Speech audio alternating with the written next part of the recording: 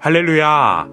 오늘 우리가 함께 읽고 묵상할 말씀은 야고보서 4장 1절에서 10절까지 말씀입니다.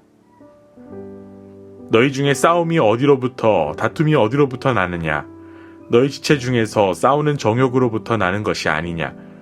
너희는 욕심을 내어도 얻지 못하여 살인하며 시기하여도 능히 취하지 못함으로 다투고 싸우는도다. 너희가 얻지 못함은 구하지 아니하기 때문이요 구하여도 받지 못함은 정욕으로 쓰려고 잘못 구하기 때문이라. 가늠한 여인들아, 세상과 벗된 것이 하나님과 원수됨을 알지 못하느냐? 그런즉 누구든지 세상과 벗이 되고자 하는 자는 스스로 하나님과 원수되는 것이니라. 너희는 하나님이 우리 속에 거하게 하신 성령이 시기하기까지 사모한다 하신 말씀을 헛된 줄로 생각하느냐? 그러나 더욱 큰 은혜를 주시나니 그러므로 일렀으되 하나님이 교만한 자를 물리치시고 겸손한 자에게 은혜를 주신다 하였느니라. 그런즉 너희는 하나님께 복종할지어다. 마귀를 대적하라. 그리하면 너희를 피하리라. 하나님을 가까이 하라. 그리하면 너희를 가까이 하시리라. 죄인들아, 손을 깨끗이 하라. 두 마음을 품은 자들아, 마음을 성결하게 하라. 슬퍼하며 애통하며 울지어다. 너희 웃음을 애통으로 너희 즐거움을 근심으로 바꿀지어다. 주 앞에서 낮추라. 그리하면 주께서 너희를 높이시리라. 아멘. 할렐루야! 살아계신 주님의 은혜와 평강이 우리 모두 가운데 임하기를 간절히 원합니다. 우리는 이 땅에 살아가고 있지만 우리의 소속은 하나님 나라입니다.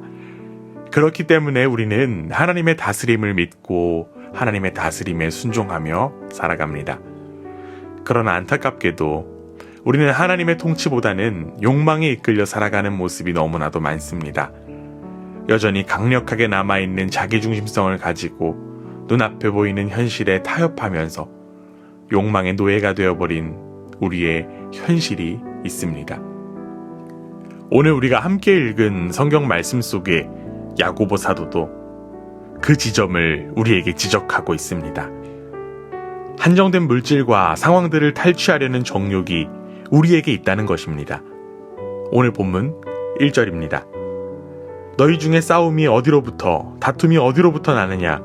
너희 지체 중에서 싸우는 정욕으로부터 나는 것이 아니냐?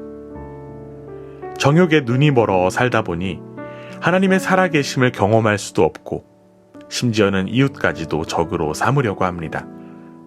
그리고 더욱 안타까운 것은 예수 그리스도로 말미암아 이미 하나 된 교회 공동체의 지체들마저도 살인의 대상이 되어버린다는 것입니다. 요한일서 3장 15절에 이러한 말씀이 있습니다. 그 형제를 미워하는 자마다 살인하는 자니 살인하는 자마다 영생이 그 속에 거하지 아니하는 것을 너희가 아는 바라. 그런데 더욱 큰 문제는 이러한 욕망의 풍조 속에서 정욕을 채우기 위한 수단으로 하나님의 이름을 부르짖는다는 것에 있습니다. 물론 사랑의 하나님은 우리에게 늘 공급하시는 분이시지만 그 전제는 바로 하나님의 자녀라는 것에 있습니다. 하나님의 통치 속에 살아가는 백성에게 선한 것을 허락하심에도 불구하고 이 세상의 가치를 이루기 위해 하나님께 구하는 모습이 우리 속에 있다는 사실을 오늘 야고보 사도는 이야기하고 있습니다. 3절입니다. 구하여도 받지 못함은 정욕으로 쓰려고 잘못 구하기 때문이라. 자신이 무엇을 구하는지도 모른 채 하나님께 간구만 합니다. 이는 마치 어린아이가 위험한 도구를 사달라고 떼쓰는 것과 동일한 모습일 뿐입니다. 혹여나 우리에게 신앙의 이름으로 치장하면서 세상의 욕망만을 채우려는 모습이 우리 속에 있다면 이제는 돌이켜야만 합니다. 정욕을 채우기 위해 간구만 하다가 채워지지 않으면 하나님을 원망하는 그 어리석음을 내려놓기를 원합니다.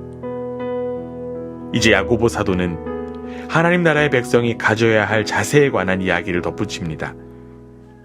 세상과 벗이 되고자 하는 자는 오히려 하나님의 원수가 된다고 이야기합니다. 하나님의 원수가 되는 모습에서 벗어나기 위해 우리는 하나님 앞에서 겸손과 복종의 자세를 가져야만 합니다. 하나님은 욕망으로 인해 멀어진 자녀를 결코 포기하지 않으십니다. 우리 하나님은 질투의 하나님이십니다. 하나님은 우리를 너무나도 사랑하시기에 우리가 하나님보다 다른 것을 더 사랑하는 것, 그것을 두고만 보지는 않으십니다.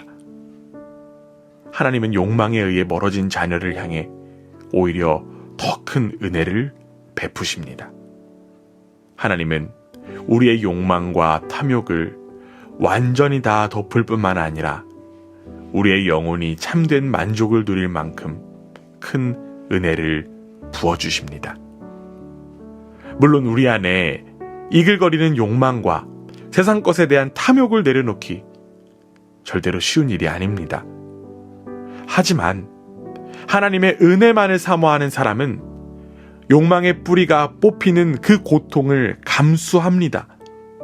추악한 욕망을 뽑아내야만 그 잡초가 뽑힌 땅 위에 비로소 하나님의 은혜가 부어집니다. 그 은혜는 세상이 줄 수 없는 참된 만족과 기쁨을 가져다 줍니다.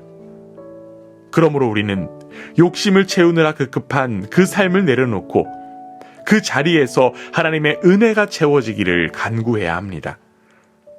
이제 하나님의 은혜로 큰 만족을 누리는 사람은 다른 사람을 시기하거나 저주하지 않습니다. 그에게서는 주님의 성품을 닮은 모습이 있기 때문입니다. 오늘 본문 5절에서 6절 말씀입니다. 그러나 더욱 큰 은혜를 주시나니 그러므로 일렀으되 하나님이 교만한 자를 물리치시고 겸손한 자에게 은혜를 주신다 하였느니라. 그런즉 너희는 하나님께 복종할지어다. 마귀를 대적하라. 그리하면 너희를 피하리라. 하나님께 겸손하며 복종하는 자들은 자연스럽게 하나님을 가까이 할 수밖에 없습니다.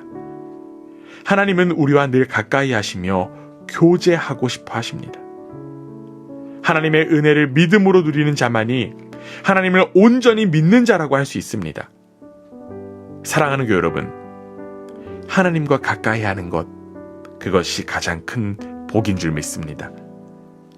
세상의 기준으로 높아지고 채워지는 것이 복이 아니라 복의 근원이신 하나님과 함께함이 참된 행복입니다.